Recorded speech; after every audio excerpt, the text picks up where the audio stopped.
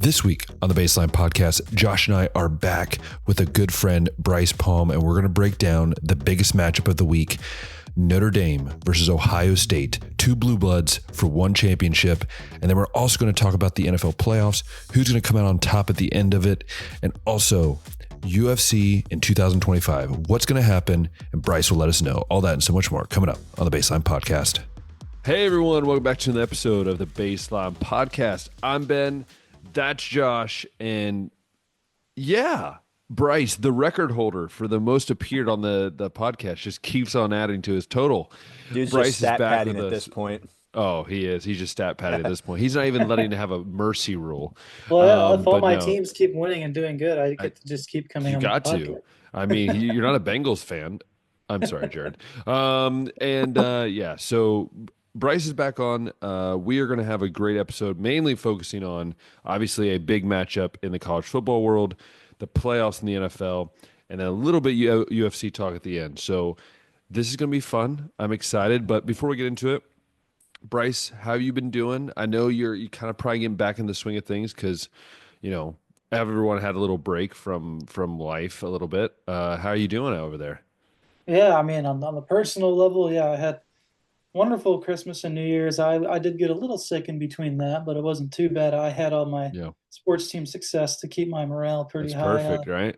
Buckeyes win, Eagles win. It's funny. I actually got better the day that we beat Oregon. It was like perfect. The sickness went It away. was just medicine. It was the medicine. It was the duck medicine. Yeah, no, but Um, I've been good. I'm happy to be on here and talk yeah, about Ohio State, it's so Eagles, a much little bit of fun. UFC. Josh, how you doing? You surviving? Yeah, surviving here too. We're getting hit with a lot of snow and a lot of cold weather up here, but nothing that's been keeping me out from being able to enjoy life and stuff. It's actually been nice to have somewhat of a work schedule again after like the whole New Year's week being off, having structure in my life, which has given me reasons to get things done again. Whereas before it was just like I'll get to them when I get to them, and Yeah, never I did. get that. But Yeah, I get that. Yeah, I get that. It's true. It's true. But Josh, what about let's jump into this college football weekend we've had because I think it was an interesting weekend in the sense that for the most part I think there wasn't too much surprising. They were just really good games, and I can honestly say those are two of the best games I've seen. And can I be real with you? Watching the NFL playoffs versus the college football playoffs is not even close. The college football playoffs have been way more entertaining, and I've actually enjoyed watching them. Every time I turn on the NFL playoffs, I'm just like, ugh.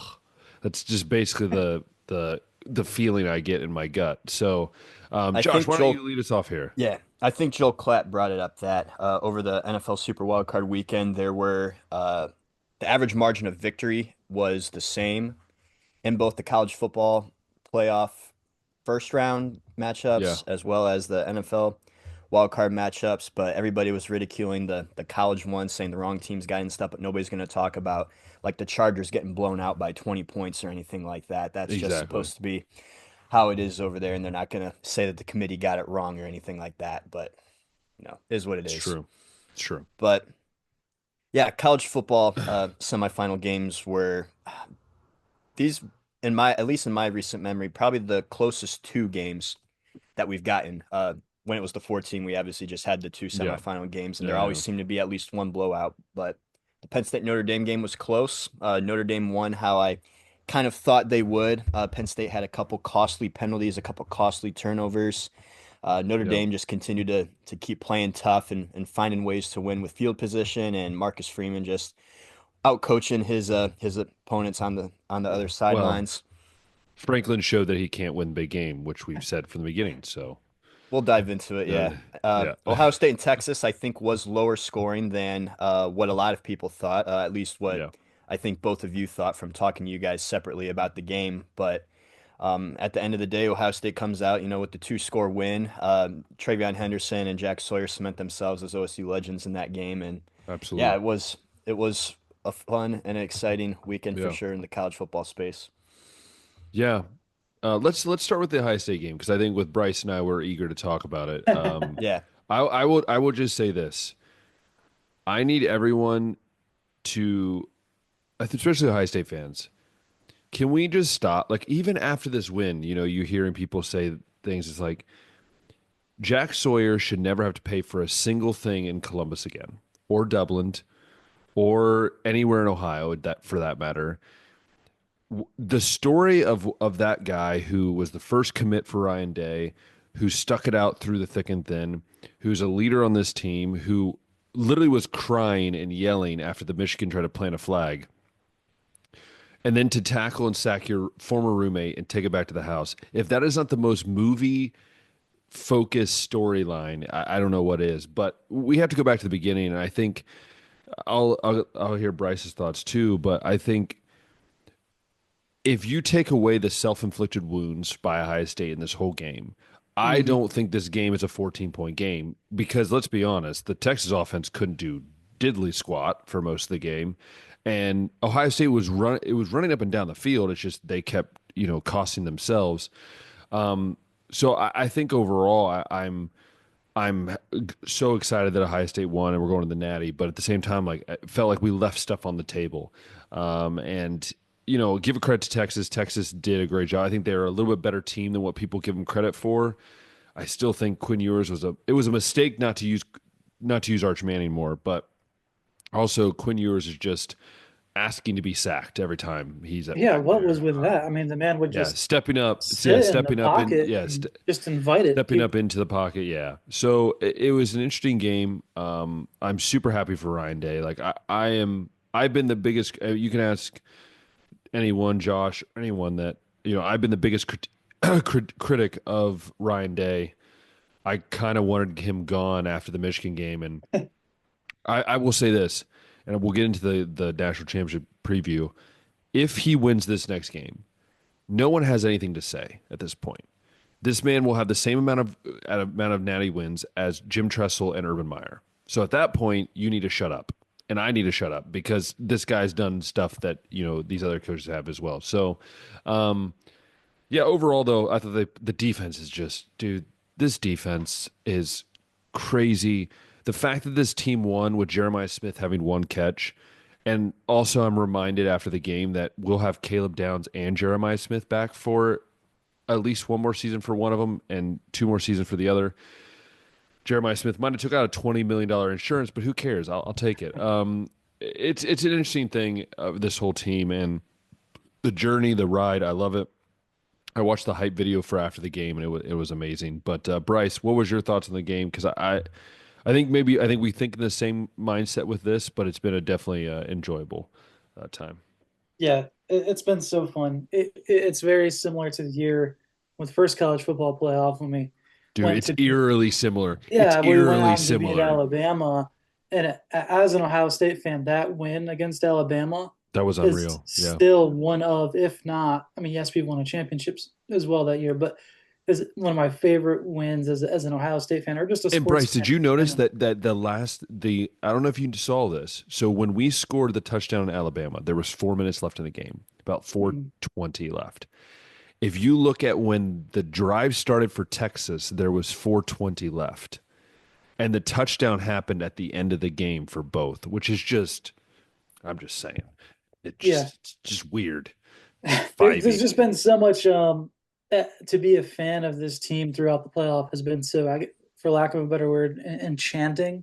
Yeah. It's brought back that magic from that year where Yeah.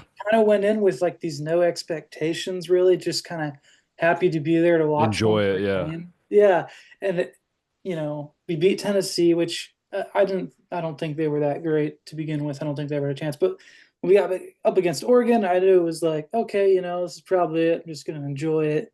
Ends up being a blowout. We get to Texas now. That's what we're talking about now. And I was just so excited on cloud nine about the game. And watching it though was nerve wracking. It was Stressful, man. because I've never sweated that much in a game in a while. I was like at the sweating that half, whole I was game. texting everyone, we should be up 21-0. We had those two Oh yeah. penalty killing drives. Um, Also, why is Texas blitzing when it's 29 seconds left in the first half? I have no idea, but I'll take it. I'll let you. You yeah, want to have Travion Henderson in open field? I will take that every day of the week. I it's will take. funny though, because Josh, I know I texted you several of my predictions before the game, And obviously, I was pretty off by the score. I thought it was going to be a lot of a higher scoring affair, but I did want to point out some of the details just for fun here to nab at you. Um, He's pulling up the I receipts. said it would be very similar to it would start very similar to the Oregon game, which it did. It did. He's The got one receipts on this one one. major flaw would be a Howard interception that was stupid. That That is occurred. true. It did happen. It was a dumb I pass. said potential legacy game for Trevion Henderson. I think you can maybe not a legacy I mean, he game, did but punch a guy, definitely so definitely a legacy. legacy Punch a moment. guy and then Legacy which moment, Then, yeah. yeah, by you're the right. way, him punching someone is the most unlike Travion Henderson. I truly believe someone said something really bad because Trey is like the most chill dude on the whole team. So again, I just think that was ironic. So yeah, it's definitely a legacy narrative. He gets that Yeah. penalty, screws this up, makes up for it, goes, and then Yeah. all of that's magic. And I also said that there's a couple I think I was wrong about, but one that I'm happy about is Ewers going down constantly. That man went down Oh, like a sack of dude. potatoes over and Josh over. and I said it all last week. We kept saying he's going to get sacked if they don't know how to protect him, and Uh, that's what yeah, he Especially did. I with have a buddy Banks and who Williams being beat up, Yeah. the tackles. I have a buddy who's a Texas fan, and the whole time he's like, "Why are they texting me? Why are they not running Archie? Why are they not running Archie?" And that's I feel like is one of Ohio State's key I do weaknesses think is a I running think quarterback. I look back at that game. I think I know why. When he fumbled that ball, I know he didn't fumble it, but Mm. from a Texas fan that I talked to, he believes that Sark got real antsy about that. The fact that there was not really any contact and he almost fumbled it. I think that really, I think, got in their head like, ooh, this guy is still, it's still that young version. But Do we also, think though, even for that last drive that they had? I think Sark is just stubborn, and he's kind of like Ryan Day in the sense I want to prove myself without having to use like secret weapons or our kryptonite, and the fact that you try to run horizontally with the fastest defense in the college football is ironic to me. But do what you want. That's fine. But again, I love the Jack Sawyer quote. I don't know, Josh, if you heard this quote. Jack Sawyer said after the game, you give us an inch, we'll defend it. Um, and I think that is like that quote needs to be on every shirt because I think that's so ironic of this defense. This defense, I remember Josh and I, we talked after the Notre Dame game last year. We talked about after, the Nebraska game this year and the Oregon game. Like this team does not give up easy touchdowns inside the five. And it's a rarity you see this in college football. Yeah. Yeah, you guys pretty much said everything too that I would have said. I guess just the one thing I thought was interesting was that even with Jeremiah Smith having one catch, Emeka Egbuka and Carnell Tate weren't able to take over the game in that absence. Like I know Tate had 90 yards and that's like a good game for him, but even in a win, I would have thought that with so much attention being put on one guy, that the other weapons would have just been able to take over. It Well, didn't, but I, it I, turns out it didn't matter anyways because you still yeah, win by two scores. And there were other well, times where you guys shot yourself in the foot, and Will Howard did yeah, make some ill-advised Mhm. I throws. was, But that's just one thing that I'd be like yeah, interesting. I will But say even though, still, I watched the film. I broke that down a little bit with some of my buddies, and it's what Texas was doing. I think generally, I think one thing Will Howard was trying to do was get the ball out quick, but also they were bracketing everything. They had two high safeties. They always had a Mhm. corner. They didn't let anybody outside. So yeah, but if you think about it though, I don't remember a single throw where I was like, oh, he's going to miss this throw. Like that's also the thing you got to look at. Yeah, they didn't have, 30, 40-yard plays, but one, Emeka dropped one that would have been like a 30-yard gain, but also it was pitch and catch the whole game. So yeah, they didn't have breakaway games, but I still think they couldn't stop Carnell Tate once he got the ball. And that's the thing is like, I think if teams do bracket, which I don't know if Notre Dame will, but if they do bracket, that's going to be the interesting thing is how do you, because the thing is, if you don't bracket, Jeremiah's beating you, and so is Emeka. If you bracket, at least you have a shot, and we'll see what happens.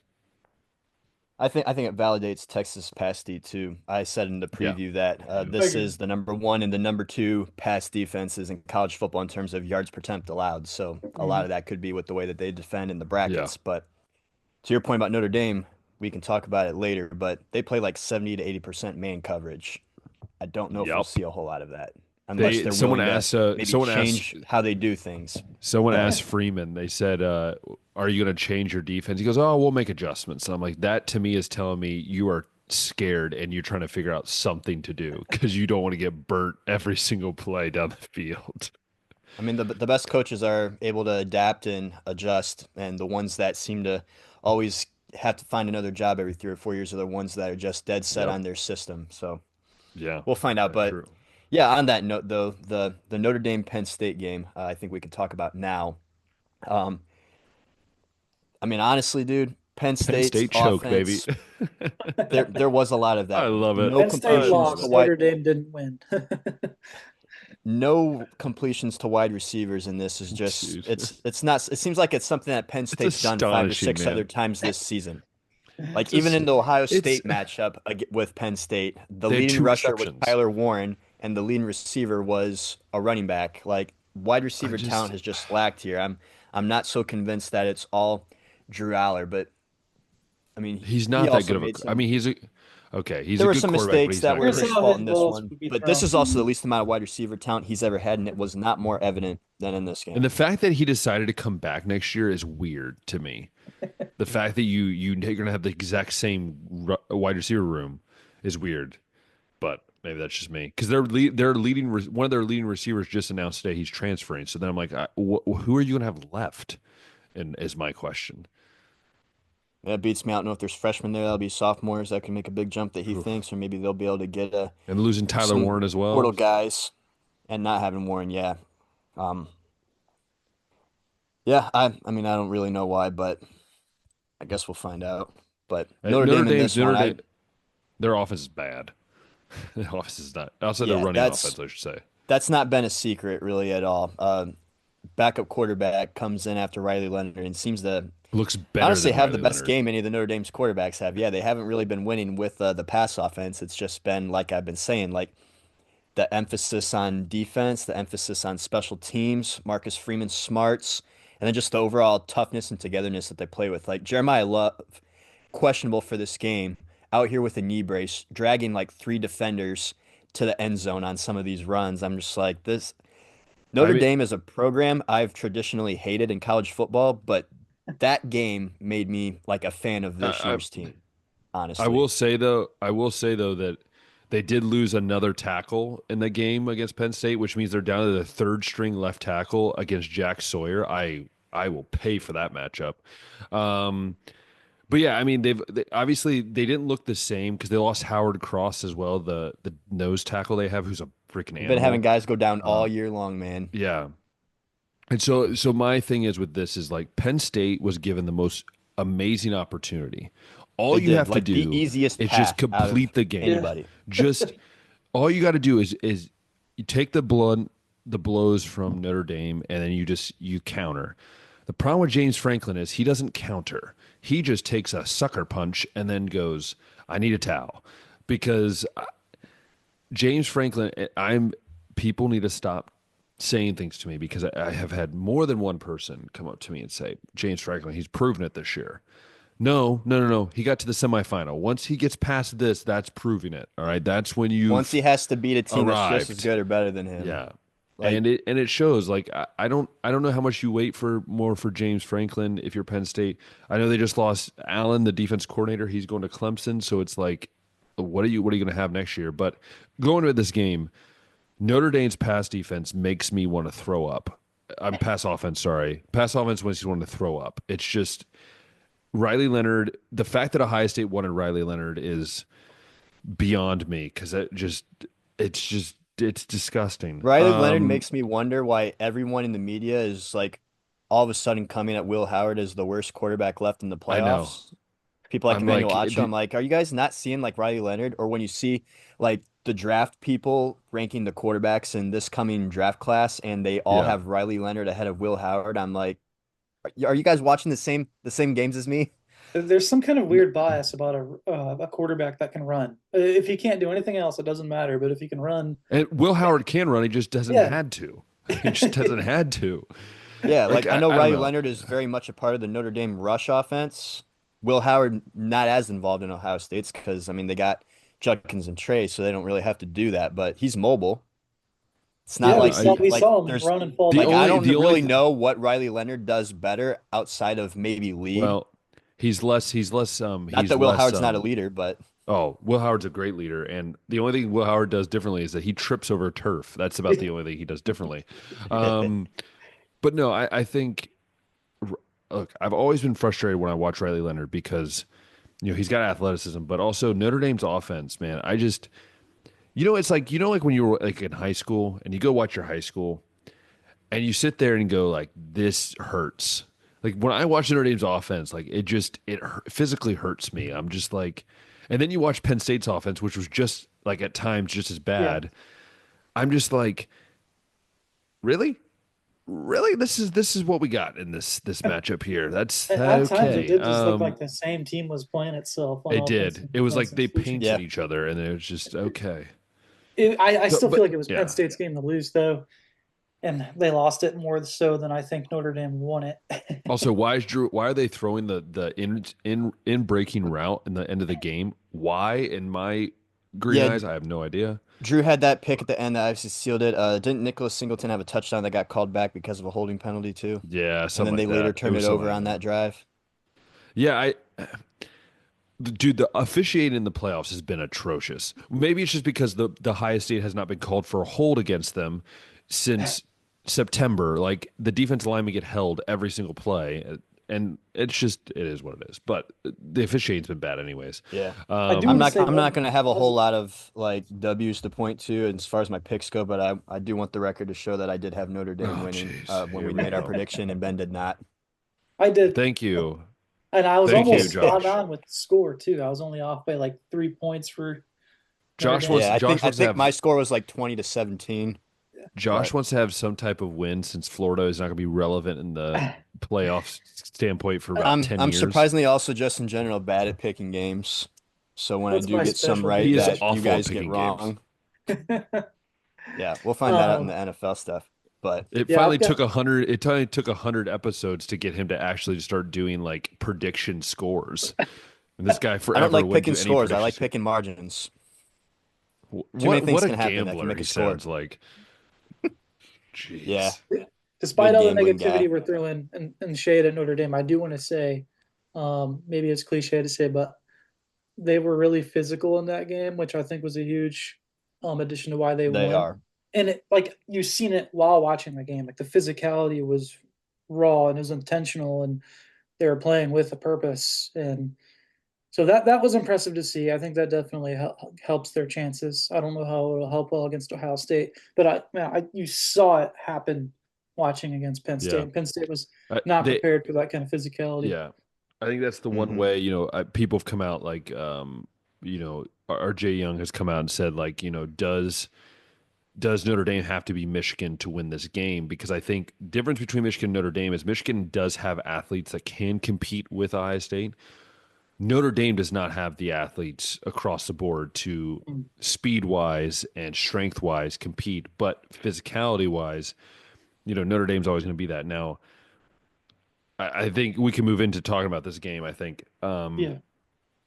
because January 20th is right around the corner, and I think you're at High State. You came out of that game in Texas. You're pretty healthy. A few guys are banged up. But for the most part, you're healthy. Whereas Notre Dame is kind of the other end of it. I've always said there's two ways to beat Ohio State, and that is if you in the first quarter can make yourself known and make them double guess themselves. That's when you always get under Ohio State skin. And the second thing that you always can do is just keep them guessing. And I think that's one thing that Marcus Freeman is really good at is getting his guys to be physical and aggressive.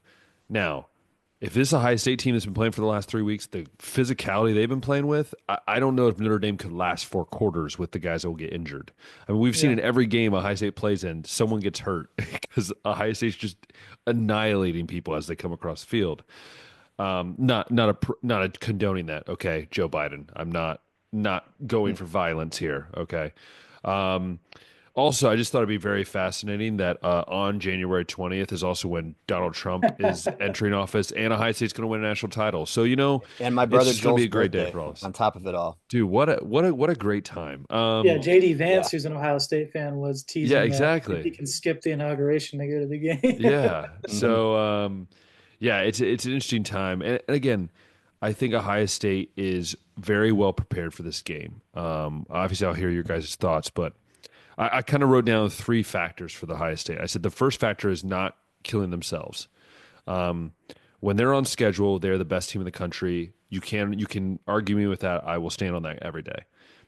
Second thing they need to do is I think the biggest thing is finding a way to keep the momentum of the defense going. This defense has to keep playing the way they are, stop the run, make Leonard beat you with the ball, with the deep ball. Make him throw it. If they beat us because they've thrown it, hats off to them. And thirdly, I think Will Howard needs to play like the Will Howard that is a leader, is a captain of this team, and is a focused leader of this team, and so on. And at the end of the day, Ryan Day will be a legend, and this High State team will be one of the greatest teams to ever play for the Scarlet and Gray. And I believe that, even if they lost to Michigan, even if they've lost to Oregon, to see what this team has went through. They will now have beat five top five AP teams. They will have went through two SEC teams to get there. Like all these different things they would have gone through. It is going to be phenomenal, and I'm excited to see what happens. I'm nervous a little bit, but I'm also just excited. The fact of what this team's went through. I would love to win it, but if not, this has been a great story, but hey, it's not finished. Just like actually fun story. I have a friend here. He's a coaching friend, and he has a mutual relationship with Keenan Bailey, who is the tight ends coach for Ohio State. And he texted Keenan Bailey and said, "Hey, great win. Hope you guys are doing well, prepping for this game. Go get another one." And all he said was, "One more." So that's the mindset that is in that Ohio State locker room, and I'm excited to see it. And my score prediction is Ohio State 31, Notre Dame 14. 31-14, Ohio State. Brings back the natty, the ninth natty, second most all time. Well, hey, with my journalism background, I'm always fascinated with like storylines. So let me guys paint you a Oh, there's so picture, many great storylines. Oh, so beautiful many picture, great yeah, of storylines. basically what the matchup is we're looking at and how both teams got here. So the matchup between Ohio State and Notre Dame might not have happened in the four teams simply because Oh, these no. two teams might have been written off Sure. because they have the two worst regular season losses out of all the Blue Hmm. Bloods. Yep. Losses that could have kept them out. Like maybe Notre Dame would have still been in the four team because they still had one loss and there were so many two-loss teams, but Yeah. Ohio State almost certainly out. Both of these teams are being coached by guys that people wondered if they, were capable of ever getting it done. Ryan Day, zero natties, zero wins over Michigan, and or well, in the last 4 years at least. This Yeah, class of, boy, I about to correct you there, big man. Go Oh. on. and then on the other side, Oh. yeah. So basically, just can Ryan Day win the big one? On the other end, it's Marcus Freeman. Can he win the little ones because of like these little losses to Marshall and then the Northern Illinois this year and just like the consistency. Like they can win their big games, but they ain't winning the little over the little guys. The Ohio State roster. This senior class had what, 7 5 stars at one point if you count Quinn Yep. Ewers, Yep. and basically all of them had to come back because none of them were NFL ready, and they all like were motivated to get a win over Michigan since none of them did it, and they failed in that mission. But just like they similarly did in the first year of the four team, where they had some disappointing moments like against Virginia Tech, they heat up at the end of the regular season into the playoffs and have a shot to win the first 12 team. And then in Texas, Travion Henderson, Jack Sawyer, two of those senior 5 star guys have legacy games, especially Jack getting the sack fumble on his former roommate and the top player in that class. Just like crazy how that works out. Also, just capping off one of the hardest runs that was drawn up in this 12 team. You got to beat Tennessee, then you got to beat Oregon, and then you beat Texas. And then on the other side, you got Notre Dame, Marcus Freeman, a guy that Former Buckeye. is going to be facing Ohio State, a former Buckeye, a guy that said when he initially got hired that when he was in the recruiting process in high school, he had his choice down to Ohio State and Notre Dame, and he was glad that he picked Notre Dame this time, and he wasn't going to make the mistake of passing up on choosing Oh, Notre Dame a second that's a time. bulletin board right now. You know that's hanging on the bulletin Bulletin board board, right yeah, now. I've been Oh, seeing you that know it's hanging resurface there. again, but yeah, Notre Dame loses week 2. A lot of people wrote him off. I don't even remember how many Oh, times I oh, we included them did. in our top 5 power Oh, we ranking. did. We Yeah, did. We said they're not good enough. That's what we yeah. said. I'm not sure I ever had them in my top 5 power ranking. I I don't did think I not. ever I did. did not. But here they are. So, yeah, two teams that were basically given second life are matching up here. Notre Dame obviously wasn't at full strength even at the start of the season, losing offensive linemen, losing key guys on defense. Georgia fans complain about not having Carson back. It's like, well, Notre Dame has at least 5 or 6 guys we could point to that they were missing. So I don't really know what we're talking about here. But It's the SEC they go trying through. to. It's the SEC realizing that they're not the pinnacle anymore, and that there's actually a conference that's just as good as theirs. And also the fact Mhm. that when you can finally pay players equally throughout the country, and you don't have to, I don't know, do it behind people's back. I'm not saying anybody does that. I'm just saying that there were you know things that happened that made it a little bit uneasy. And now what happens when you got a even playing field? Just doesn't go the Things same way, happen. does it? Doesn't go the Things same happen, way. Ben. They But do. to finish They to do. finish the thought, Notre Dame just like I said, they really do have like that togetherness and team aspect. They just find ways to win. I don't know in this natty if they can keep pulling it off. Like, can they keep Yeah. forcing 2 or 3 turnovers? Can they keep being able to take advantage of their opponent shooting themselves in the foot? Can they win the field position battle through punting? Can they uh, count on Jeremiah Love to have another 100-yard game, a couple scores? Can they count on Riley Leonard to have a career day? I think it's going to take all of that again, and to like just continue to win that way. It's just like listening to Josh Pate on his show. He's been picking against Notre Dame most of the year because he's like, eventually they're not going to be able to win this way, but they keep proving him wrong. And I'm kind of in that boat too. But Ohio State's also just a totally different animal than everybody that they've had to face up to this point. And looking at just the keys, it's like I think if you're Ohio State, continue to play like you're Ohio State. Like, yeah, your opponent's going to be wearing blue jerseys probably, but they have gold helmets. They don't have the maize wings on them. You don't have to get all goofy about how you go about it. You don't have to prove you're tougher. Just go out there and be Ohio State. Sling the If ball, Notre man. Dame Notre Dame continues to play man coverage, I think that lines up very nicely if you're going to have Carnell Tate in single coverage, Emeka Egbuka in single coverage, Jeremiah Smith in single coverage. Maybe not the whole entire game, but for the majority, those guys are going to have a lot of one-on-ones. I think that plays in Ohio State's favor. I do like Will Howard over Riley Leonard in this matchup. I also like the Ohio State defense, even though Notre Dame's defense, to their credit, has been absolutely outstanding this whole time. I've been pointing that out. This is one of the top rush offenses, one of the top rush defenses. So I think that they will be able to make Ohio State sweat a little bit. I think they'll make them do a few dumb things. I mean, just like Ohio State did against Texas, a good defense, just like um, we've seen them in times this year. But I don't know if they're going to make, I guess, enough mistakes. Like, I think Ohio State, even more so than Penn State, is going to have to just throw this whole entire thing down the toilet. And even in like Notre Dame's best effort and one of Ohio State's maybe off days, I think there's still maybe 7 points separating the Bucks. So I'm gonna go ahead and give Ohio State a 3-score win. I think that they'll just come out and continue to play the way they have. We'll go with 33 to Oh gosh, the 13. gross numbers again. Jeez. He 33 to does this to 13. me and it drives me insane. Just sounds terrible. It's not that bad. I mean, it's a few touchdowns and a few field goals. 33. Gosh. Oh, So I don't know how I'm supposed to top that breakdown of the game. I mean, you hit every possible facet of the game in that discussion there. It actually sounds like you're an Ohio State fan now after listening to all that, believe He it or not. listen, he secretly like truly like has over time like warmed to Ohio State just dealing with me. I can Truly. tell. Not He's warmed a up. bigger fan than The me. most I've ever enjoyed watching Ohio State football was the 2019 team with Chase Young and Justin Fields. But No, really, really, Bryce, what he's saying is like I struggle to watch my own team, so I got to find some joy in another team because my team sucks so bad. it happens every year.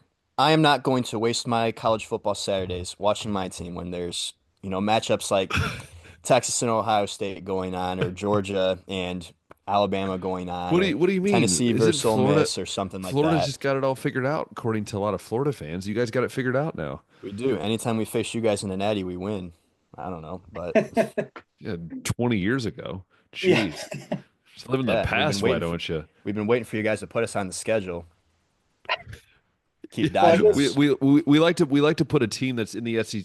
Oh wait, they I guess they are. Just can't tell. I'm sorry, I'm going at it. All right, Bryce, you can talk about the game now. I'm yeah, just I going to mean, shut up now. I'll just make for the sake of time, make a quick summary of what I think the game, how I think it'll go. Uh, Yeah, just to pinpoint off some of the stuff Josh said a little bit, saying Ryan Day and winning the big game. Like I think he has won the big game. I mean, if you oh yeah. factor in the new playoff format now, and of course the theme of the big game is different. It's not the national championship yet, but all the games that we've won based on the old format, I feel like are felt like championship caliber games. So I think it's out of the question now. I think Ryan Day has proven himself, and I think he will in the championship as a coach. I think he'll make sure the team is calm and composed. I don't think we'll see the errors that we saw against Texas. Maybe we'll in the first quarter from the jitters. But at this point, it seems like destiny. Maybe I'm overconfident, but I don't see any way that I don't Notre know, Dame Bryce. wins. You've been pretty on it though. Yeah, I mean, Like I picked whenever Ohio when State it to win it all, and I wasn't yeah. biased. I truly think this Ohio State team is one of, if not the best Ohio State teams ever, and as far as potential goes, because of the roster. And I still don't think it's even played to its full potential yet. I think we got a glimpse of Bryce, that. would you say this? Bryce, would you say this that if this team went undefeated, let's say they went undefeated and they won the Big Ten and they had this opportunity that Oregon had, do you feel like the team would be as powerful as what they are now, or do you think they needed that loss to Michigan I think they to needed that really loss because ignite it? I think their potential was just so high and so great. I don't even know they needed something like that to unlock it because it wasn't just gonna happen because they're winning games. Like Yeah. something had to make that spark light up, and that's what did. So it sucks losing to I, Michigan, but I'm so thankful for it and now. I agree with you, and I think what really did it was after the game. I truly believe that seeing Yeah, the humiliation in your own fans' eyes and like your own self, like seeing what these guys were doing to your field, like that photo, I would not be shocked of the Michigan guys doing OHIO will be hanging up in that locker rooms for years because I think that this mentality needs to be an everyday mentality. And I agree with you. I think Josh and I talked about this. Like that must have flipped the switch in everyone's eyes I because it was would go almost as like, far as wait a to minute. say, I would go as far as to say that nothing is like that, at least in college sports, has ever happened. I've never seen such a dramatic flip like that. Because Oh, even never. even No, myself never. as a fan sitting on the couch with I a was like, bowl of what's going Cheetos, on?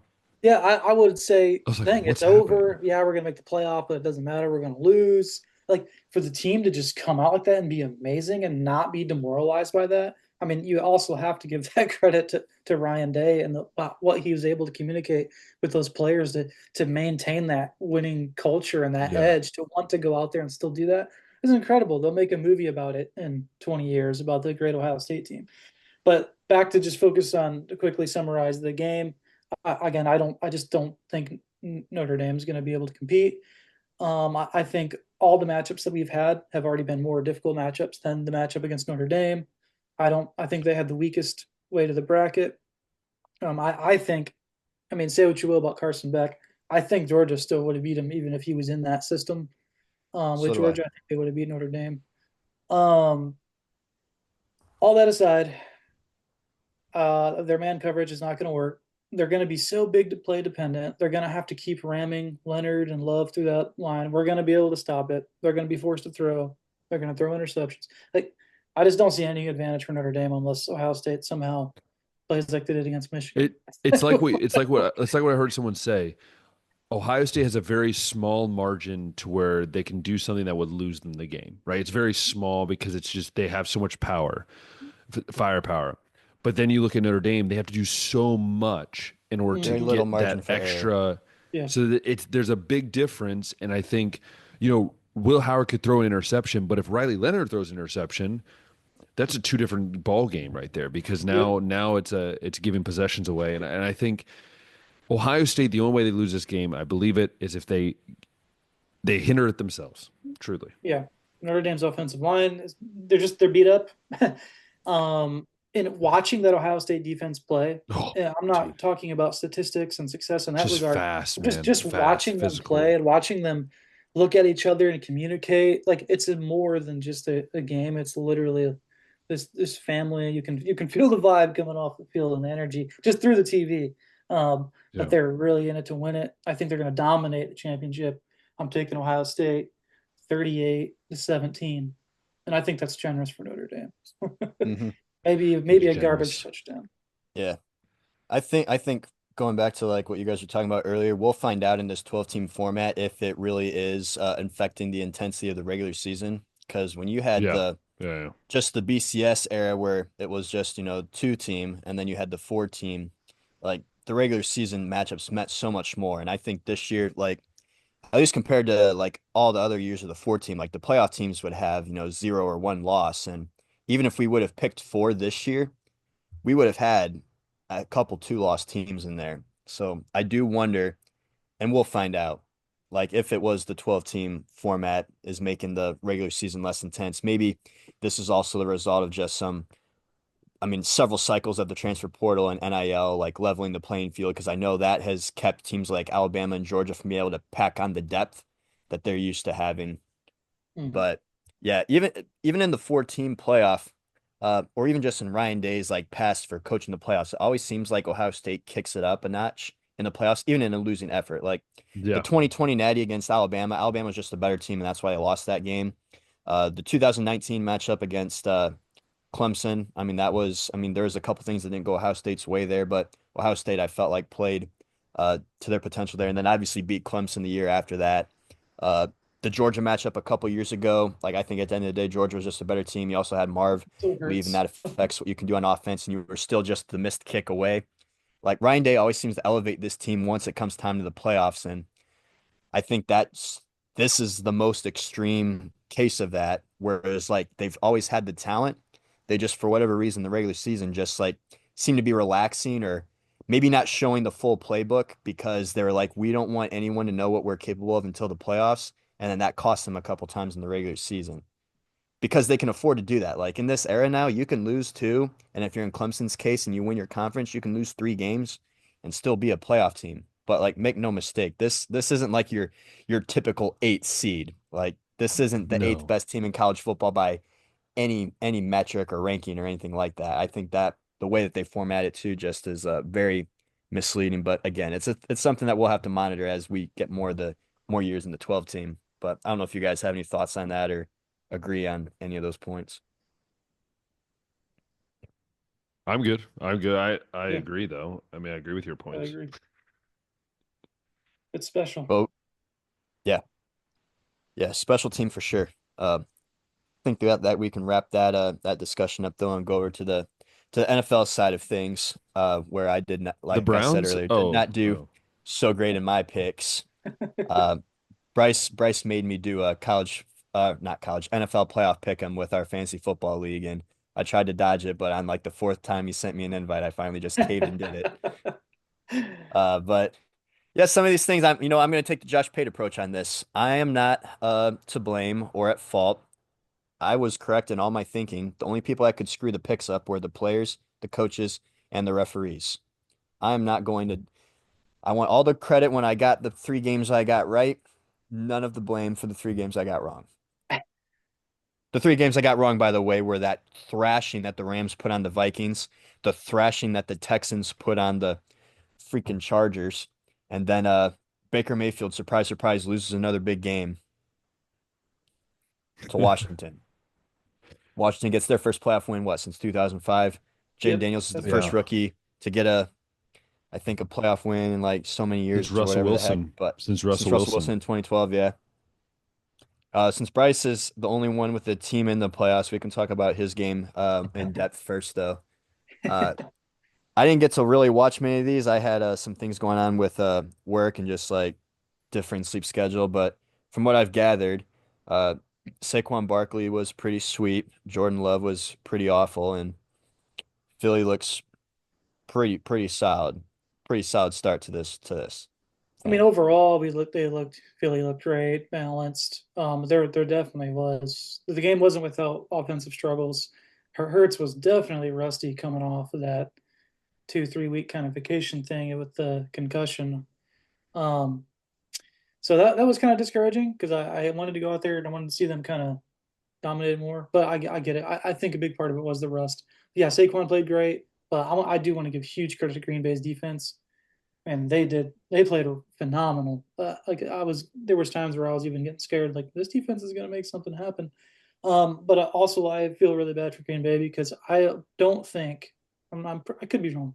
I don't think I've ever seen so many injuries in one game by one Yeah, team. they lost a lot of dudes. Dudes were going down left and right. I mean, even the Eagles, like was the game was so physical. Even the Eagles lost Kobe Dean for the rest of the playoffs, which is really unfortunate because he's That's tough. really coming into his own this year and makes me even more terrified for the LA game.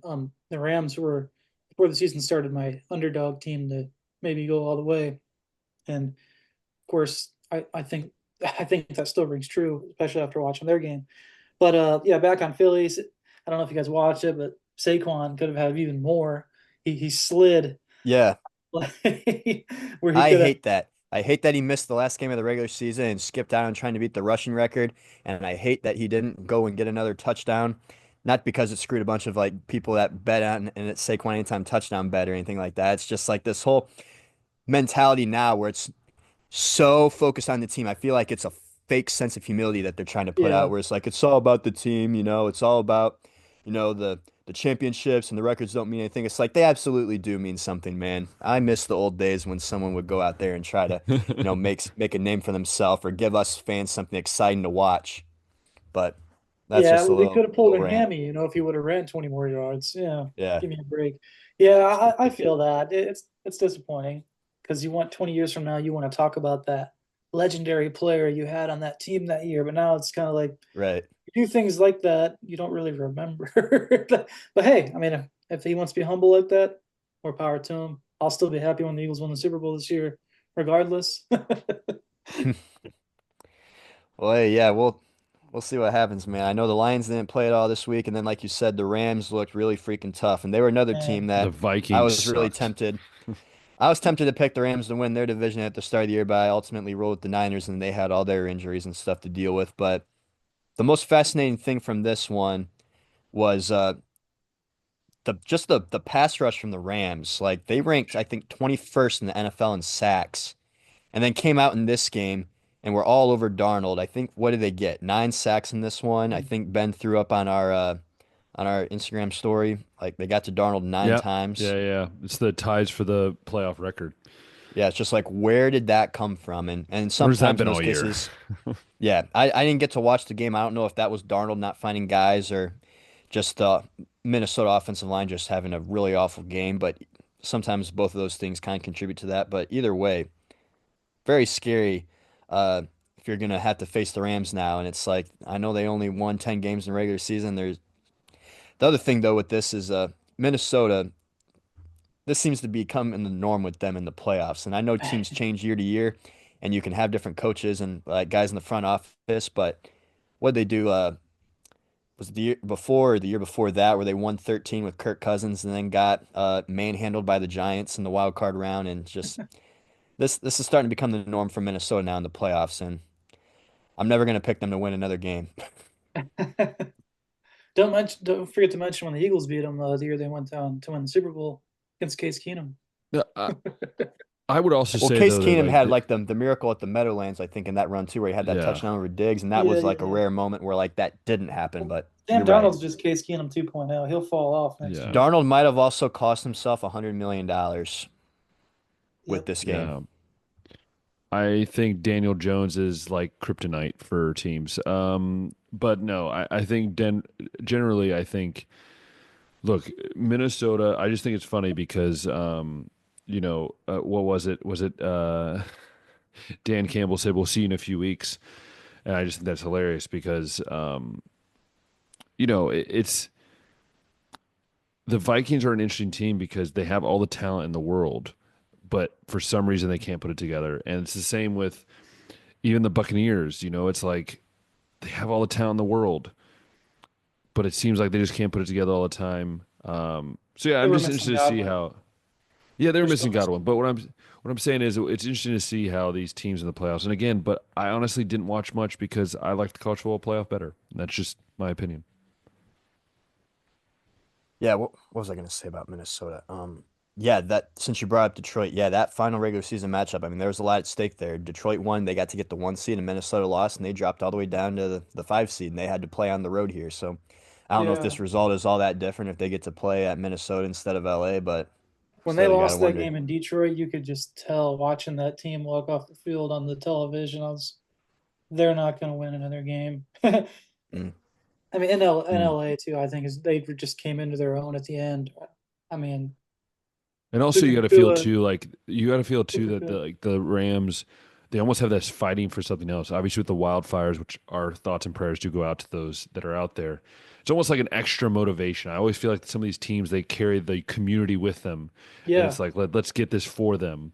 I think that's a very good yeah. point too. That's a big thing I look at when I make my predictions for games, believe it or not. I mean, maybe it sounds superstitious or something, but I really think Having teams something to play get for helps. edges when they carry on that what Ben just mentioned, that community thing. And that is one factor that I had no problem taking LA. It just I tend to go, what's the better narrative? What's the better story? Not as if it's scripted, but just it seems the way fate works. And on top of that, I think LA just does have one of the best offenses in the NFL, and I think you're seeing it come into fruition now. I mean, I think similar looking to Ohio State came into their own in the playoff. Mm. Well, wrapping up the NFC, Tampa Bay and Washington. This was decided by 3 points, a little closer of a game here than the other ones. But these teams faced in the regular season earlier in the season, and Tampa Bay was able to win. We talked about it, how Tampa Bay just started off so hot at the start of the season, very winning a lot of big games, something that Baker Mayfield hadn't really done. Finishes last year's regular season and this year's with the most touchdown passes, I think. But for whatever reason, the playoffs here, just not the same guy. Also only had 18 pass attempts. I didn't watch this one, so I don't really know what that was all about. But yeah, like we said, Jaden Daniels comes out here, has himself a very nice playoff debut here. Gets Washington their first playoff win since 2005. Also is the first rookie quarterback to win one since 2012. Jaden's final stat line was 260 yards through the air, uh, in two touchdowns, and another 36 on the ground. But yeah, anything to add to that one or I things you mean, guys were able to observe? I think Jaden Daniels has proven that he's ready for this. Probably Yep. more than probably more than a rookie quarterback has done in a while. This is the first rookie quarterback outside of maybe CJ Stroud a little bit, but this is the first rookie quarterback where I go like this dude's carrying like he's taking a team and saying I'm going to lead you. Um, like there are some quarterbacks that are I'm like that would have never happened. Look at Richardson at the Colts. I mean, Pat McAfee's ripping into his old organization, won't even buy season tickets anymore. Right? You're seeing two different kind of views of what happens. And also, can we give it to like the culture shift in Washington? Like a year and a half ago, I we were talking really about this is think a that like dumpster yeah, fire. a few years of You know, new ownership, just new blood and like not that like rain clouds seemingly hanging over your head. Culture's totally different in that, and not just the roster, but the front office and stuff too, and that definitely bleeds down. yeah. And so I think that's a big thing. And also, Scary Terry, hats off to him, former Buckeye, having a career year. and no one Finally, right? remembers him. He's always But been yeah, a top wide receiver, always like good. skill wise. He's just never had anyone to throw to him. And now It's we true. finally get to see his skills come to fruition. That's true. I hate the Commanders as an Eagles fan in the same division, but Mhm. I will say I applaud. I'm happy for that he's finally seeing success and has somebody to throw to him. Yeah. And I will say this game in general was the most entertaining game of the playoff. Yeah, they've all kind of sucked and have been kind of boring as compared to the college football playoff overall. But it's only the wild card round, so we can't really compare the two, I think, yet. But yeah, most entertaining game. I took Washington. I believed in Jaden Daniels, and I mean I don't know why people were thinking Tampa. People were treating this game as if Tampa was the favorite. Yeah, it was at home or whatever, but Washington had a better record. They looked better all year. Um, they're more explosive. They've won all their close games. I never really doubted them. I'm happy to see a fellow divisional team move on to the next round. Yeah, yeah, yeah. Yeah, like my Hey, whole Jaden thing with Daniels, can we put him in the MVP conversation or no? I mean, maybe just at the bottom of it. maybe the bottom of it. I don't know if I'm Yeah. at least when I've seen Jaden this year, it's not like maybe I'm wrong in this and it was just the games that I happen to see, but he's not taking the shots downfield and it's still very much like a an offense designed for like a rookie quarterback, like minimizes the amount of mistakes and more so just relies Sure, on the weapons around him to sure. do the work. Yeah. I guess I just mean the regard from the narrative that the MVP is about being quite literally the most valuable player of your team. When you look at it from that perspective, I don't think Washington is where they are without him, even if the Listen, scheme and system's set up for rookie. Hmm. And we stopped caring about that when Steve Nash won the MVP you're right. award in the You're right. NBA. You're So right.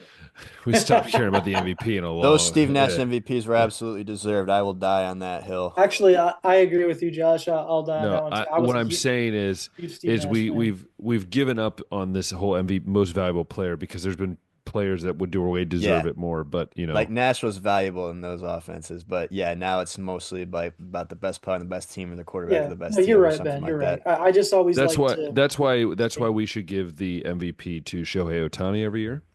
That's why it should go to Nikola Jokic every year because of what they do, but it never will.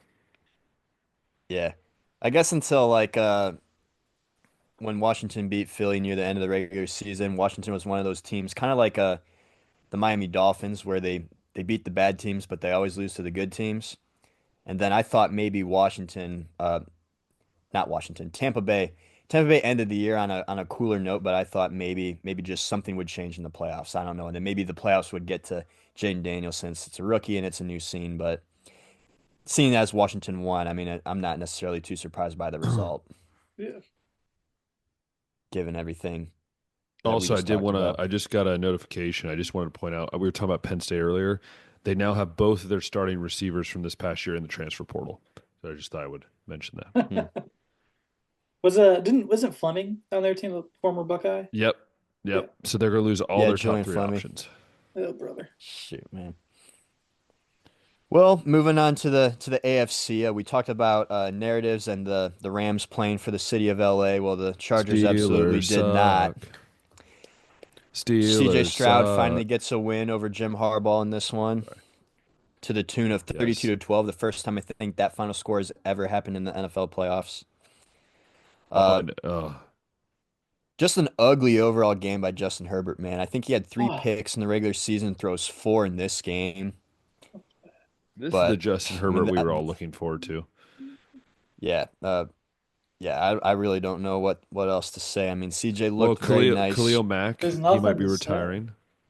It was Khalil that dirty Mack might be bubble in the retiring. SpongeBob version they had where that little bubble like picked up Harbaugh and made him float away. You know how they do the Nickelodeon version of it? Yeah. That's why they lost. Hmm. No, I said that I think that the Chargers have always I felt like they're just a little overrated this year. Just I felt like it was Oh just yeah, too weirdly quick, and I just still struggle to believe in Herbert as a QB. And then I you know, agree. and the thing is, their defense has not been the same. And Khalil Mack says he might retire, which will be interesting. But also, CJ Stroud is reminding people that hey, I am the best quarterback for my class. And yeah, I had a little rough year this year, but can you give me a break? I've missed my top three receivers for pretty much the whole year. So could I have my break, please? Yeah, He I won't mean, have I a break like the against Chargers in you. this. I like the Chargers in this one. I mean, I kind of joked about how Jim Harbaugh's never had an issue being CJ Stroud in the past, but still, when you got the top scoring defense in the league, one Mhm. of the better rushing offenses, and like a young talented quarterback, and then you couple it with CJ like missing some of his weapons, I just thought that Chargers wouldn't. I mean, maybe it wouldn't be like a huge margin of victory, but I didn't think that they'd have any shot of getting blown out like this. But I think we're gonna have to Yeah. talk about Justin Herbert in the playoffs because what do you have? The 28-0 lead that he blew against Trevor Lawrence in the playoffs, and now he comes out and has this four-pick performance. Like I don't think people, as much as I love Justin Herbert, I think that people need to hate him a little bit more. Oh, I agreed. Agreed. Uh, yeah, he's kind of like Trevor Lawrence. Everyone loves Trevor Lawrence. I'm like, what has he People done? love to hate on like some of these other guys like Lamar Jackson or Josh Allen that can't get done in the playoffs, but Justin Herbert seemingly gets a pass for some reason. I don't know. I think it's because he's in a He's lot living of it, commercials and and he's living in he's L.A. It handsome. kind of Yeah, helps. Handsome Kind of privilege helps. could yeah, be. handsome white I boy mean, bro. Josh Allen's kind of a stud too, though. But Yeah, he's in Buffalo. Everyone forgets about him up there. yeah, Yeah, and he's engaged now, so he's off the market for all of a Yeah. sudden. yeah, he's got a beautiful fiance, so I guess there's no questioning any of that over there. But uh, let's see. Speaking of Lamar Jackson and Josh Allen, they both got it done Steelers this first suck. matchup. Yeah, Steelers do suck. Mike Tomlin does Sucks. just enough to get to the playoffs with the roster he's dealt When are with, they going to but fire him? When are they going to fire him? Honestly. it's They got it's to think honestly about like a terrible one of the worst spots you can be in the NFL because you have a coach that can win more than he should, given the talent that you give him, which means you're never going to have a high enough draft pick to get a quarterback that can Nope. elevate you to the next level. Exactly. So if you fire him, you're probably going to have to deal with a few years of suck, or you could just be like a better front office and I don't know, get better players or draft smarter. I don't know, but I love seeing Pittsburgh I losing mean, the playoffs, and Steelers fans love to make fun of Browns fans, and I just go, what's the difference? Just curious. Because truly, we haven't won we've won more playoff games than the Steelers have in the last 8 years. Just wanted to yeah, point that what is out. this 6 or 7 straight playoff losses for I Pittsburgh think it's now? 8 years. It's like 2016. Hmm.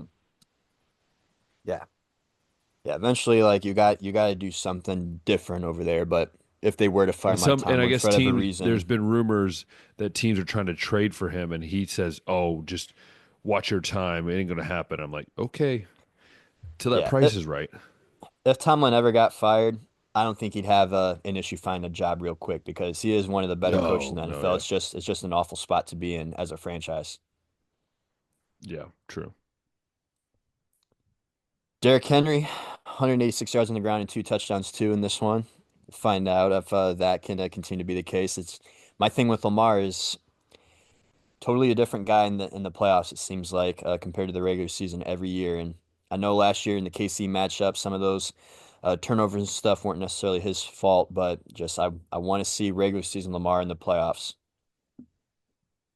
Yeah, I agree, but we never will. I feel like we won't that. ever. Was the most dominant 28-14 game I've ever seen. Like the score makes it look closer than what it was by far. Yeah. Watching the first half of Buffalo and Denver too, this matchup seemed a lot closer than what it eventually ended up being, 31-7. I Mhm. think that is the largest margin of I victory that we saw for the you all first round, been right? by the way, you guys have all been pointing out stuff. I want to point out that during the draft, it was me who had Bo Nix mocked very high in the draft, and I said that he would be a great pickup for a team. I just want to point that out. I Did was you have him correct. mocked high because you just thought teams would reach for a quarterback, or did you legitimately believe in Bo Josh, Nix? listen, Josh. What I think Because in my you scouting, listen, legitimately believed in Josh, Desmond Ritter Josh, too. Josh. Okay, listen to me, Josh. Um, I in my scouting department, okay, we do a very thorough analysis, and what happens in that scouting department stays in that way. So he was mocked high because we felt as a scouting department that he was definitely ready to go. 100%. All right. 100%. Well, Take ready it to to my new go. grave. You can say it was just a rookie having like rookie moments. I 144 also want yards to and one say that I touchdown in proved that this one. Sauce Gardner was going to get picked fourth. So Remember how I like to hold on to the playoff matchups that I pick right? Ben likes to hold on to the draft moments that he got right. No, It's true. Denver, I think It's true. Denver lost out on a lot of picks in that Russell Wilson trade.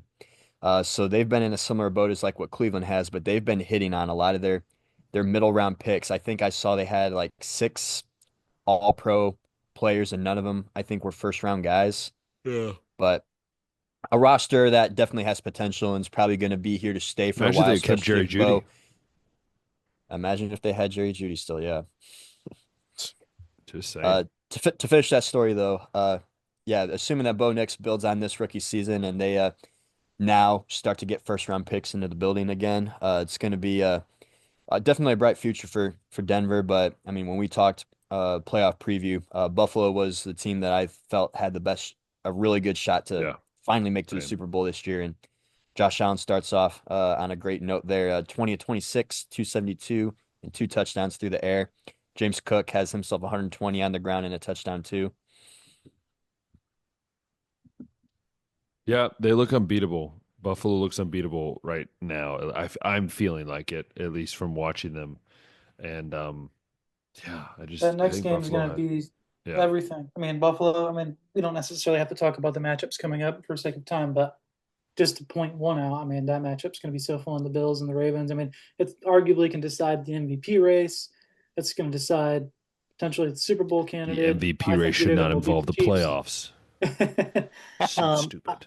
I would So take the dumb. Ravens. I would take the Ravens if it was in Baltimore. I'd take the Buffalo if it's in Buffalo. It's in Buffalo, so I'm sticking with the Bills.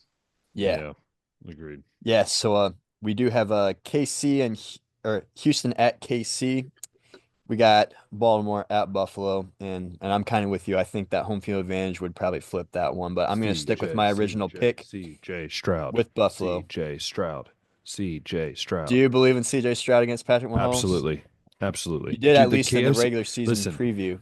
No, look at this. This is how I'll put it this way. The Chiefs have been like this the whole time they have close games. At one point, it's got to go like this. They've been like this on these very close games. At one point, it's going to snap. And I don't know why you This has said been nail clipper analogies with Ben Bowden. yes. But do you know what I'm saying? Like, I feel like they're almost there, and I feel like this is going to be the day where CJ Stroud says, "It's mine now. Come get it." Well, it's going to have to be all CJ because, like you said, he doesn't have all of his weapons. It's going to take a heck of a game from him, but I hope it happens.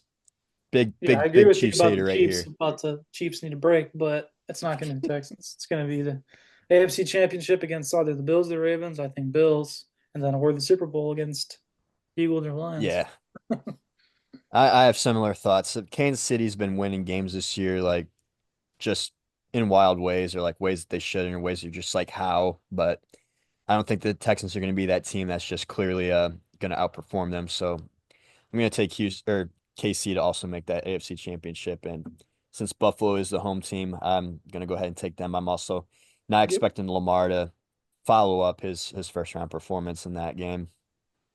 But in the NFC, There's nothing better than the AFC choke job, AFC North choke AFC choke job. job. Hey, That's I'm sure that what the AFC if we North get this does. wrong, I'm sure if we miss this game, that for the next 5 years of podcast, Ben will be talking about how he got the Texans versus the Chiefs right. But Listen, Josh, you have to relish in your victories, and I have many of them, so I can choose which ones I want to relish in.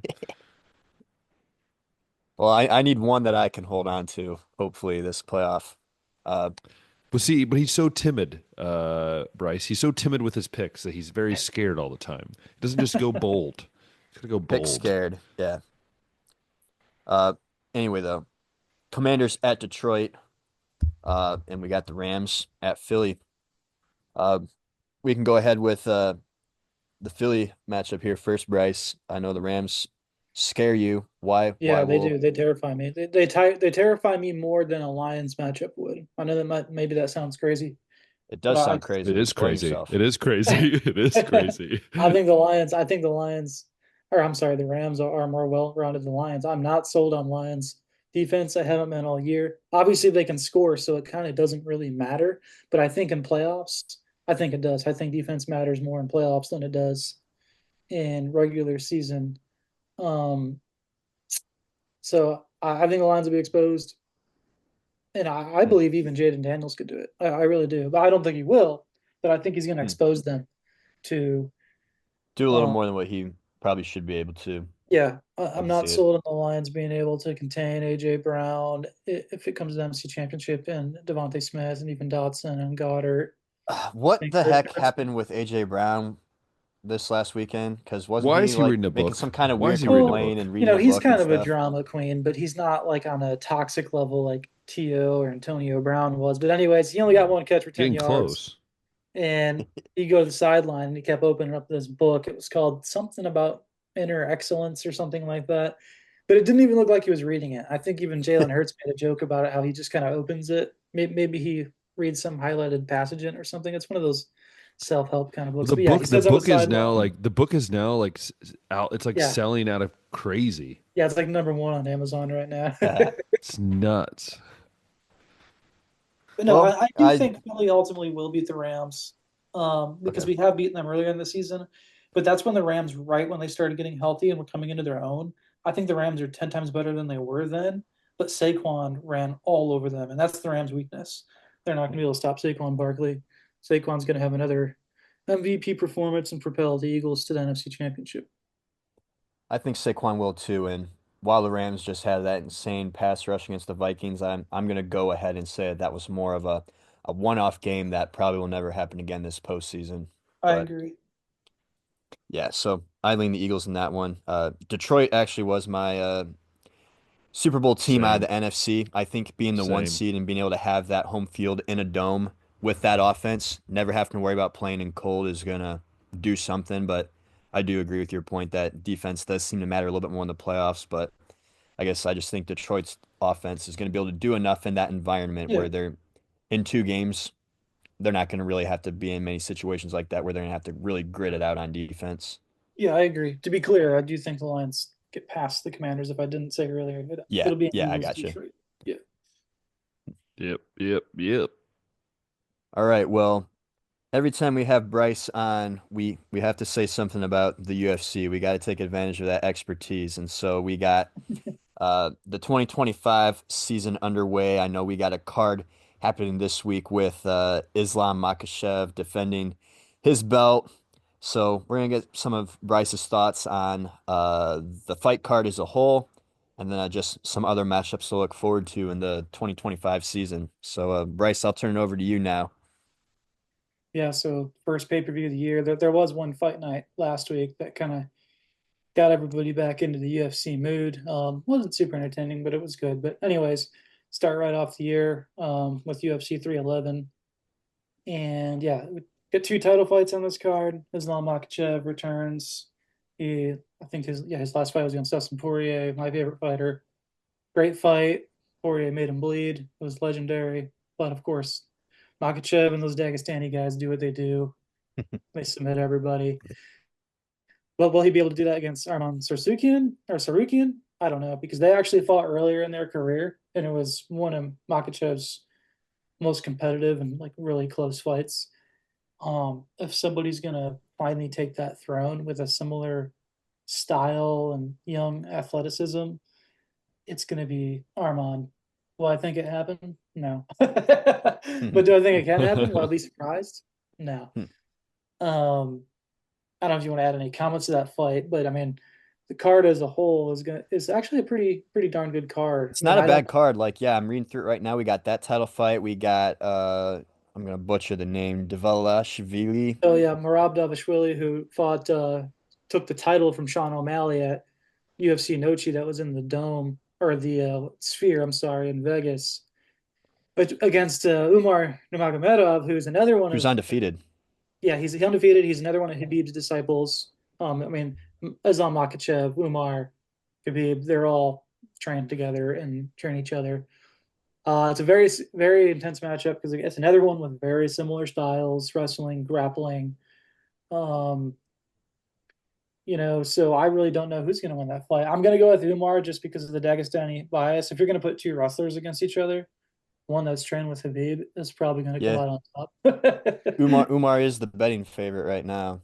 Yeah. But we also got some other matchups here that feature Jamal Hill, Dariush. So Yeah, this is a card that I wouldn't mind watching if I can make Yeah, it happen. all fun fights. I mean, Yuri Prochazka, that he always carries that samurai persona that everybody loves, and he lost to Alex Pereira those two fights in a row, but he earned his way to be there. He's such a fun, unorthodox, entertaining fighter who does this trippy kind of stuff.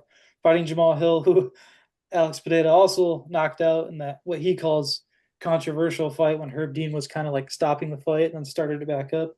And Mm. Pereira was about to would just knocked him out right after that. And Hill's been super bitter about that ever since. So this is kind of his way to, if he wins this fight, to get back Prove himself. fighting Yeah. Alex Pereira. Yeah, redeem himself.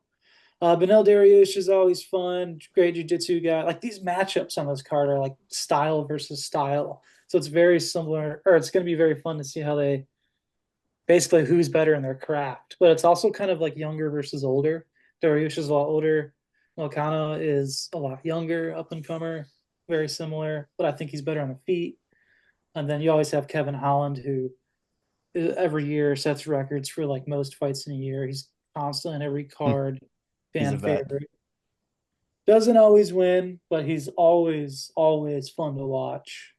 And yeah, I mean, there's a couple up and comers that if you guys, whoever's listening, wants gets excited about UFC and excited for the prelims, Peyton Talbot, who is the feature prelim, he's an up and comer who is more than likely going to be a champion in a year or two. So I'd circle him, keep an eye on him. The rest of the card is it's okay, but exciting main card to open up the year. But Yeah. Josh, if you have any comments or questions you want to add to that, and then we can talk about maybe some matchups or something that we want to see for this upcoming year. Yeah. Yeah, I was gonna say like I mean the season kind of like gets written as the year goes on. Like right now, after that, we got 312 headlining with Duplessis versus Strickland. That should be a fun matchup. Both of those Yeah. guys Yeah, and even have. before that pay-per-view, you have Israel Adesanya on a fight night card, which Do we for those of actually? you that, for those of you that Huh. don't buy the pay-per-views, or if you have ESPN Plus, fight nights are free, so you can watch one of the most entertaining fighters of our day, Israel Adesanya, feature a main card fight. I think it's his first non-title fight in years. I can't remember the exact number, but Yeah. a lot of exciting fights on this fight night as well. I mean, you got the up and coming. I'm gonna butcher his name, Putin Magomedov, who's like he has like one eye that's blind. You may have seen him in photos and stuff, but Hmm. he's fighting Michael Venom Page. But yeah, great cards in that. But like you said, UFC 212. If you want to hit on that one a little bit, you can. Yeah. Um. Well, 312. Yeah, that should be a. That's got a. Let's see, Zhang The Weili and rematch. Tatiana Suarez as a title fight too for the women. Mhm. Well, So the rematch is Strickland and Duplessis, who I yeah. don't think Strickland should have lost that fight ever to begin with. It was close, but I feel like it was robbed. So we'll see if Strickland's able to be a little more aggressive this time and not let the title get taken away from him. Hmm. So yeah, Yeah, ladies, it always seems like if you're an underdog and you don't win by like a knockout or TKO, you gotta like be above and beyond the better fighter if it goes to decision. that's typically the consensus is if you're gonna be the next champion, you have to take it. You Hmm. can't just win. But the way the first fight went is counter to that because I don't nobody, or at least I don't, feels like Drickus took it. He kind of Hmm. just sat back and somehow landed a few more significant strikes and they gave it to him. So Hmm. Strickland was robbed in that sense. I gotcha. Weili Zhang, Suarez, that'll be fun. Um, Chinese fighters always have a lot of heart. Hmm. I actually expect Zhang to be upset. Tatiana Suarez has been on the radar for a long time. That injuries have always kept her out, but she's kind of coming back into her own, and I expect her to go in and steal the title. Yeah, But there's that's not a like whole lot is more. Go ahead. I was gonna say that's like everything that's like on the schedule as of now. I was gonna ask you some questions maybe about some potential fights. I Yeah, I mean, know. there's a lot of great fight nights that are come. So, like for example, if you or if anybody who's listening wants to have a quick view of what's coming up, if you just go to Google and Yeah. type UFC, there's a little bar that comes up, and you can click on each of the upcoming events. If you were to go through that, you could see all the upcoming fight nights. Well, there's a lot of exciting stuff, but just for fun, Josh, I thought it'd be cool to talk about ones that haven't already materialized. What are some fights or something that you would love to see come to fruition. That's what I was going to ask. I think the biggest questions for the 2025 season will be, will we see John Jones in the ring this year, and who will it be against? And kind of same with Conor McGregor, like McGregor versus like Michael Chandler's been like a talk, and I think they just got to get the contracts right. And then the other thing now, I just seen the news that Tyson Fury's retiring from boxing, so that's like a big Yeah. name from that sport that's gone that might be like an extra push to get Francis Ngannou back into the UFC octagon. So those are like three guys I would love to see, and I just don't really know what the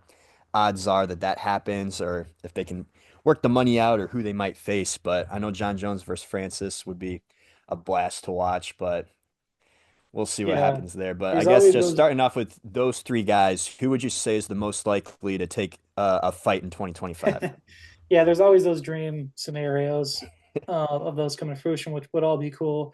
The Tyson Fury retirement thing, I think, is probably bogus. He's done that once or twice before. It's kind of a thing that boxers always do, which is really annoying. I don't like boxing, but hey, it would be cool to see them fight like Francis Ngannou again or something like that. hmm But the one that's realistic that I do think will happen is the John Jones versus Tom Aspinall fight, which Dana, is really pushing. He says will be the greatest heavyweight fight of all time. I believe him. I think it would be. Um, Tom I'd Aspinall, I love to think just see yesterday, I would love to see like prime Brock Lesnar versus prime John Jones. That would just have been oh, it would have be a been cool. bloodbath. Just been a Yeah. bloodbath, to I be think honest. Jones wanted that too at one point, but Yeah, it yeah, was yeah. always a weird situation with both of those guys really negotiating that kind of stuff. But yeah, I do think the Aspinall and Jones one will come to fruition at some point, Yeah, yeah. and it'll probably be John Jones' final fight. Um, Even though I'd like them to see fight Alex Pineda too. That's another cool dream fight. As far as Conor hmm McGregor goes, I'm done talking about that guy. I don't even. He's not even. I feel like I've been on this podcast now for what two He's years. basically a professional version of Jake Paul at this point. Yeah, Like he's yeah. just a There's rumors of professional him version of him. boxing. I think the other Paul brother. Yeah. Uh, yeah. Do I want to see him come back and fight again in the UFC? Sure, but that's not worth the breath. My breath. One thing I'd really love to see is since my fan favorite, Dustin Poirier. I'd love to see him. He's been teasing and keeps saying news is going to come out for one more fight. I don't really care who it is, although I'd love to see him Yeah, fight Justin yeah, Gaethje yeah. again just to finish that Those trilogy. That fights are always so fun, man. That lightweight yeah, division has so many guys that just can fight and make I'd love to entertaining see. I'd matchups. love to see Tony's Ferguson snap his 9 losing streak and like win one more and go off into the Just sunset. win one before he retires. But Yeah. yeah, there's I all think kinds. another fun one, this would obviously take some weight class changing, but I know Pereira has been in the middleweight before, and whether it's Strickland or a Duplessis that wins this, I'd love to see the winner of that go against Pereira. Or we could see John Jones sink back down to like light heavyweight, which is more of like his natural class, and face Pereira there. But those would be some matchups that I think would be fun too. Yeah, all fun stuff. I look forward to Alexander Volkanovski's comeback this year. I want to see if he can still put it together and maybe come back and rematch the current featherweight champion, Ila Topuria. I'd love to see Sean O'Malley fight someone like a little lower end, like Corey Sandhagen in the bantamweight. They both have fun Mm, styles. But yeah, you're not wrong about the lightweight matchup. Every lightweight matchup's great. Still got Max Holloway floating around there for some legacy fights. Because he normally fights featherweight. So for him to stay in, I think he's teasing moving up to lightweight now, which is what he fought Justin Gaethje at with that awesome knockout in UFC 300. So I'd love to see him jump right back into that division and make some noise, maybe against Dustin Poirier. But mm. yeah, that's kind of a summary of some things that's going to happen, and I'd like to see if you have anything else to add. None, but Yeah, that was pretty much it. I'm running through right now and looking at like rankings and stuff like that, but yeah, nothing really else to add or any other questions I had. Let me double check one Ben, what last about class you? here. What's that? I said, Ben, what about you? You know, look, I just like blood, teeth knocked out. We're good, you know? No, We'll I get mean, I plenty of just, that. Tune in this no, I weekend. mean, it's actually funny because there's a kid from I think Bellefontaine, so just north of me, that he's been doing MMA and he's an amateur right now, but he's been winning like these matches of the night, and he's been fighting like every 4 weeks or whatever, or five. I don't even know how many weeks it is between, Jeez. but he's a young guy. He's only like 22, 23, and his goal is to make the UFC. So in a way, I mean, it's kind of cool if he would be able to make it, but um, yeah, fighting's weird. It is actually big over here too. It's not as big, but it's still pretty big over here in Hungary as well. Oh, I do have a question. Sure. 2025, any chance that we could see Bo Nickel get a shot at a title? I think that's very likely if he wins. Yeah, yeah, I know. Like, I'm assuming that he does win. I just don't know how many fights he might take on. It seems like he spaces his fights out, maybe a little bit more than some of the other guys. And if, I mean, I think he's being smart and he's being careful. Or I don't. I think the UFC is being smart and careful with him because they see him as a potential superstar. You yeah, know, he's some definitely guys a they draw. can rush to the top, but he's in a tough division, and to just like rush him up there. Yeah, I mean, I think his next step is getting him a top 15 matchup. So he's gonna have to fight one of those middleweight, lower end guys in the top 15, like Paulo Costa or Jack Hermanson. And once you win that fight and get up in that top 15, then I think he'd probably be 2 fights away. So I think it's plausible by the end of the year if he's gonna have to keep improving his striking though, hmm because I mean the yeah, last fight was a little disappointing. yeah. The striking is definitely what could really make him like a serious threat in that class. But yeah, the way that I see it is like if he gets like 3 fights this year, maybe by like that third one, could be like a title fight. But yeah, it just depends on how Dana, I guess, wants to handle that. But yeah, definitely a star in the making. A lot of people like watching him fight, as well as myself. But Mhm. yeah, that was another one that I just thought of to ask is when Yeah, was yeah, Bo gonna get that yeah, shot? for sure. But He's definitely fun to keep an eye on to watch. And Ben, I was trying to look up if there was any current UFC fighters that are from Hungary on the roster. No, they don't have. No, I mean, there's only a few that I even know that are like in like the Olympics. They had a few that were in like the martial arts, but there's not really any.